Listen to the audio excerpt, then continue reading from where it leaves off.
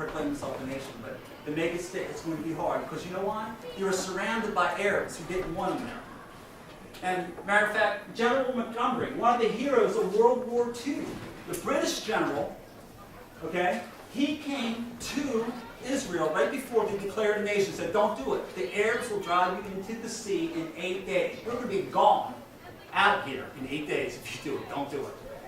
Well, they did it, but anyway, he should know, by the way, he should know about who can win wars, because he fought and beat the greatest general, some people think of all the time, the German general Rommel.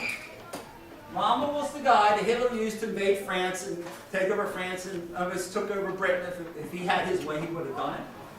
And he said, look, Rommel, do for me in North Africa what you did for me in France. I'm going to put you in North Africa, blitz your way across North Africa into the Middle East, take over the oil fields, take over Israel, destroy the Jews that had already immigrated there and escaped Hitler going to war. Kill the Jews and do this for me. And he did. He went over that. He tried to anyway. Here's the map of the region.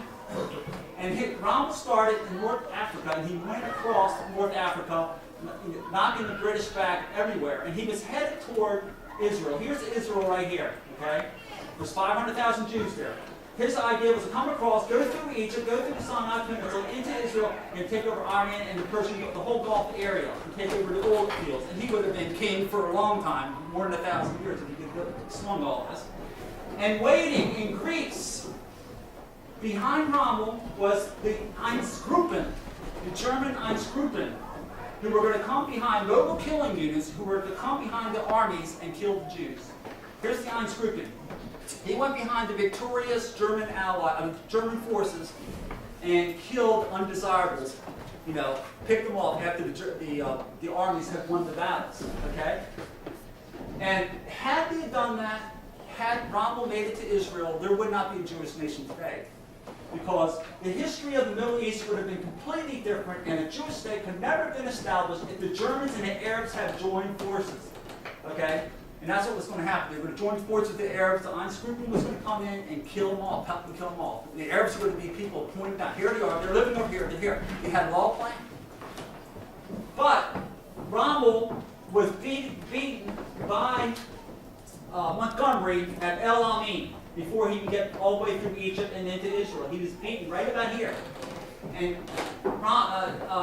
Montgomery chased him all the way back across Africa, and eventually he had to go back to Germany.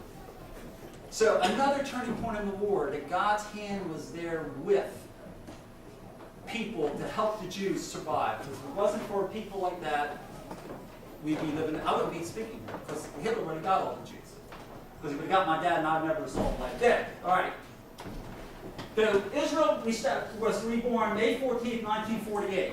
There was 4 wars that happened after that happened, okay?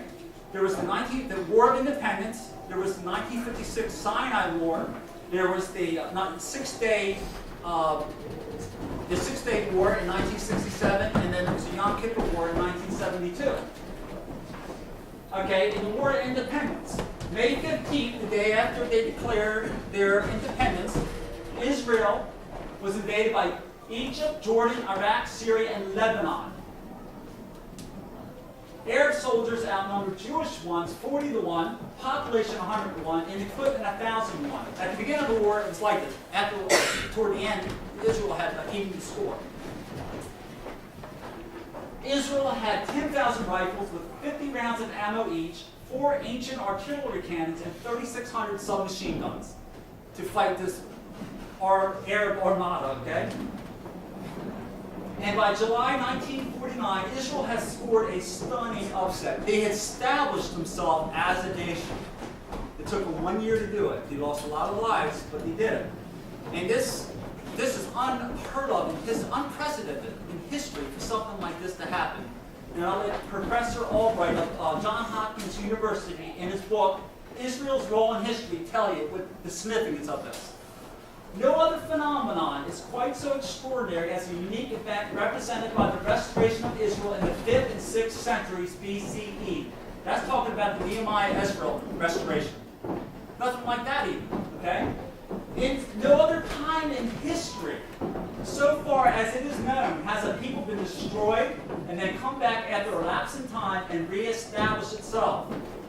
It is utterly out of the question to seek a parallel of Israel's restoration after 2,500 years of further history. This doubly unique phenomenon in the man's explanation, the second time really goes way over the top, okay? Remember, on the first part we talked about Mark Twain. He said, made this quote, "All things are mortal but the Jew. All other forces pass, but he remains. What is the secret of his immortality?" And here's the answer to the question of the secret of the Jews' immortality. God has said in Jeremiah, "Thus says the Lord, who gives the sun for a light by day, the ordinances of the moon and the stars for a light by night, who disturbs the sea and its waves roar. The Lord of hosts is his name. If these ordinances depart from me, says the Lord, then the seed of Israel shall also cease from being a nation before me forever." The Arabs, the Nazis, or whomever else you want to bring up, have a better chance of destroying the sun, moon, the stars than they do Israel. Or equal chance, how's that? You're just not going to be able to do it, because God's not going to let it happen. "For I am with thee, saith the Lord, to save thee. Though I make a full end of all the nations whither I have scattered thee, yet will I not make a full end of thee. But I will correct thee in measure, and will not leave you altogether unpunished." We could go into a little bit about other nations, how God destroyed them and kept them from being reestablished, but we don't have time for that. Like Edom or Tyre. These are very important, very interesting stories, which we'll get into some other time perhaps. All right, let's get back to the Second War. The 1948 War, 1956 War. There's 4 wars to go through. Remember the second one. G.G. Owen says, this war here is the Sinai War. "Within 1 week, the fast-moving, hard-hitting Israeli forces had overrun and cleared the entire Sinai Peninsula, destroyed and dispersed about 1/4 to 1/3 of the Egyptian army, and captured vast stores of supplies and Russian-built equipment." So they won the second war in short order. The third war came about, 1967. Now this time the Jews were really afraid. They were expecting, in 1967, they knew for a while that the Arabs were planning revenge. They're not going to give up, by the way. You know that if you follow the news, they're not going to give up. But they knew in 1965 and 66 that the Arabs were planning things with the Russians to invade Israel again. They gave the rabbis permission to take over the parks because they were going to need graves for the number of soldiers they thought would die in this battle that was to come. The 1967, the so-called Six-Day War. Discover the facts of that. Israel defeated Egypt, Jordan, Syria, and Iraq in less than 1 week in a preemptive strike, increased their territory from 8,000 square miles to 26,000 square miles, captured East Jerusalem, and with it, the Temple Mount. Now that really got the UN upset, and that's part of what the conflict is about today. We're going to talk about the East Jerusalem. They want Jews to give it back. Okay, we'll get into that in a second. But it was a fast war, 6 days, and the Jews lost hardly anyone. The Jews thought this is miraculous. Okay, they were amazed. They took back the East Jerusalem, the Temple Mount. You know, Herod's wall. We talked about the retaining wall built by Herod to hold up the Temple Mount, right? He took that back. It was a holy place to them. Some of the, and here we talked about the Al-Aqsa Mosque last time. That's the corner of the wall that goes this way. That's where the original temple was built, by the way, up on the Temple Mount. The Jews pray here. They worship here. They venerate this wall. This is their most holy place. The Muslims have, Medina and Mecca. The Jews have the Western Wall because it reminds them of the temple, and they won't give up on the temple because they don't think you have to go through a human sacrifice like Jesus. All right. And they kissed the wall. They loved it so much. Yeah. By the way, these stones. Some of these stones are so heavy. I don't have a picture of them here, but some of the stones are so heavy they can't figure out how they would move them because we don't have a machine big enough to move them today. Sort of like the mystery about the pyramids. Some of these, how they get them there, Engineers are still studying it. But the Jews venerate the wall. What does God think about that? They pray there, they kiss the wall. I think God's upset, myself. Here's what God does say in Psalms 2, 1 through 12 about it. Kiss the Son, lest he be angry, and you perish in the way. When his wrath is kindled but a little, blessed are those who put their trust in him. And Jesus said, yet I say to you, in this place, talking about the temple, there is one greater than the temple. They rejected him, but they're going to accept him, but it's going to take a while. Now, this is an interesting book. This is Reed Robert Brenner, okay? He wrote a book called The Faith and Doubt of Holocaust Survivors. I read the book. I gave it to my family. I thought it was very interesting, my brothers and sisters. And here's what he had to say about the 1967 war. The War of June 1967 proved to be the religious antidote to the Holocaust. Numerous survivors who had previously attributed their loss of faith to God's abandonment of Auschwitz attested to rekindling of their faith as a consequence of what was seen as the miraculous character of the Six-Day War. More people became atheists, more Jews became atheists in the Holocaust than they became believers. Okay? But you had to be there to really understand the impact this had on the Jewish psyche. You think 48 and 56 would have did it for them, but it didn't. Some of the hardheads, that war, God being with them in that war, turned atheists back into believers. All right, let's move on. The last war, Yom Kippur War. Yom Kippur is the holiest day for the Jews nowadays. It's celebrated in October, the Day of Atonement, they call it. The Jews are fasting previous to this, okay? The Arabs said, we're going to attack them while we fast, okay? And we're going to beat them this time. So they made a surprise attack by Egypt in the south and Syria from the north on Yom Kippur, October 6th. There was 5,000 tanks that they used, 2,000 heavy guns, 1,000 aircraft, and a 4-to-1 soldier ratio. Now, 5,000 tanks, that's more than what Hitler used when he invaded the vast Soviet Union. Israel is the size of New Jersey. They were armed to the teeth, and they were ready to kill. Okay, they were upset. We lost 3 times, not this time, Jack. We're going to win, and they were winning.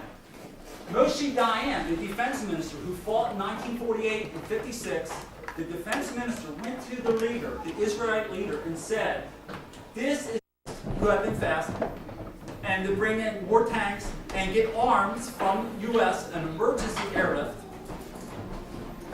Nixon put U.S. on the highest alert, and he orders an airlift, and he sent the arms necessary in this little breach of time. And then when Syria resumed the attack, it was too late. The Israelites turned it around. Again, they were saved. They were established as a nation again, and they really gave thanks this time because they knew they came this close to defeat. And yet, they still won't serve Christ. There's one part of the prophecy that's still left unfulfilled regarding Israel. We'll go back to Ezekiel 37, the dry bones. They're without the spirit. They got the flesh and the bones. The bones stood up according to the prophecy of Ezekiel 37. There's flesh on them. There's breath in them. They're alive again. They're stayed again. But they don't have the spirit. And I shall put my spirit in you, and ye shall live. And I shall place you in your own land. Then you shall know that I, the Lord, have spoken it and performed it, saith the Lord. And I'll make them one nation in the land upon the mountains of Israel, and no king shall be king, and one king shall be king to them all. And that's King Messiah, Jesus. They're finally going to accept it. They're going to get the Spirit, but it's going to take some time yet still, because they're still holding out. And it's going to take a Holocaust again. There may be a worse Holocaust waiting for the Jews. Yeah. Okay? And Daniel warned about this. And Jesus, and you'll find out that this will sound familiar to you because Jesus talked about the tribulation period too. Here it comes from Daniel. Daniel 12:1. And at that time shall Michael stand up, the great prince, which standeth for the children of thy people, and there shall be a time of trouble, the tribulation, such as never was since there was a nation, even to that same time, almost exactly the words Jesus used. And at that time thy people shall be delivered, every one that should be found written in the book. Important to get our name in there. The Islamists don't want Israel around. I think this is going to be the catalyst for this great tribulation period. And they're looking to attack Israel again, okay? And this man, Ahmadinejad, I think I got that right, Jab or Jab, is anyone else going to try? Any linguists here? He's the head of Iran, Iran, it's formerly Persia. We know from Ezekiel 38 that in the latter days, Russia and Persia are going to attack Israel. Interesting. We don't have time to get into that prophecy, but